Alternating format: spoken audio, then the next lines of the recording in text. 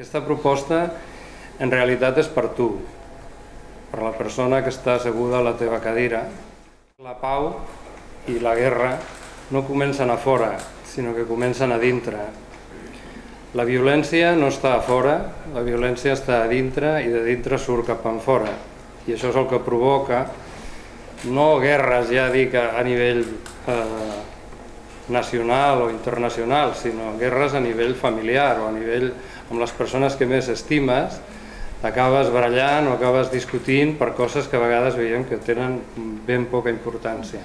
O guerres amb tu mateix, per manca d'acceptació, aquells sentiments com de culpabilitat perquè hi ha determinades coses que ens agraden o que volem fer.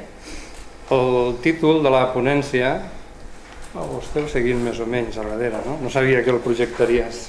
El títol de la ponència és Comunicació no violenta, però és molt més que comunicació. Comunicació és la part visible, perquè comunicació és el que utilitzem per ara mateix i el que utilitzem habitualment a la nostra vida per tot.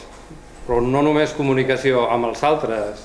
La persona amb la que més parlem en aquesta vida és amb nosaltres mateixos. Per tant, depèn de com parlis amb tu mateix, parlaràs amb els altres i depèn de la relació que tinguis amb tu mateix serà la relació que tinguis amb els altres.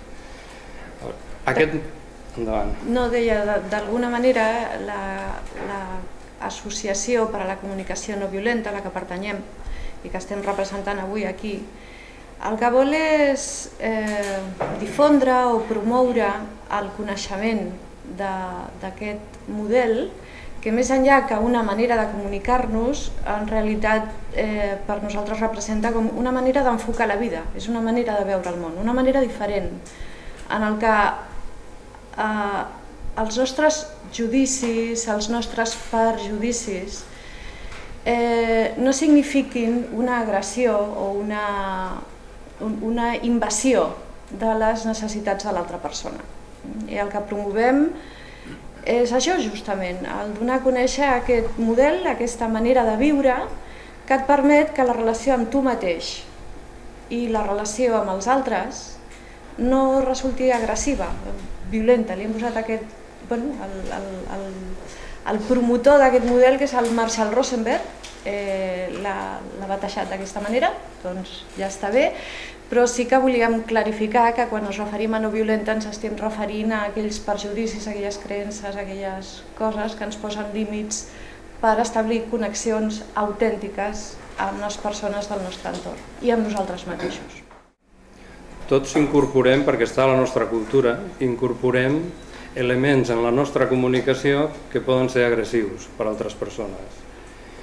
Llavors la proposta és una proposta per tu, dèiem, perquè tu ets la persona que pots filtrar aquests elements de manera que la teva comunicació no sigui agressiva, no desperti aquelles reaccions en l'altra persona que tu mateix vius o notes quan una altra persona està comunicant amb tu de manera agressiva. Però què passa? Està instaurat a la nostra cultura de tal manera que des de fa 5 o 6.000 anys, des de quan sigui que datem l'inici de la cultura civilitzada, hem caigut en aquest tema, hem caigut en els judicis de lo que és bo, de lo que és dolent, de lo que és correcte, de lo que és incorrecte, i és molt difícil pensar en termes de no vull avaluar, no vull jutjar, això és bo, això és dolent, sinó jo què necessito i què vull fer per satisfer aquesta necessitat que jo tinc. No ho tenim incorporat a la nostra cultura. Des de ben petits ens eduquen a pensar això està bé, això està malament, tenim notes a l'escola, tu has aprovat, tu ho has fet bé, tu no ho has fet bé, etc.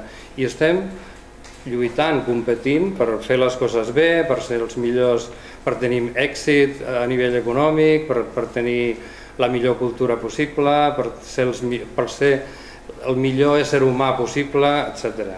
I això no vol dir que els judicis no tinguin la seva utilitat. No pensem que tots tenim criteri, tots tenim creences, valors sobre determinades qüestions o sobre la vida mateix.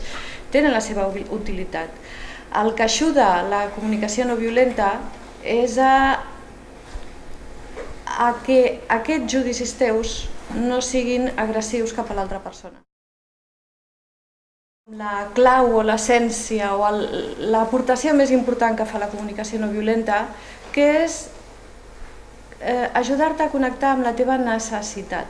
Però no parlem de necessitats concretes, aquelles que es toquen aquelles que es toquen, sinó d'aquelles necessitats que li diem universals. Són necessitats molt bàsiques i molt fonamentals per qualsevol ésser humà i comunes. Parlem de pau, d'amor, d'harmonia, parlem de benestar, parlem de seguretat.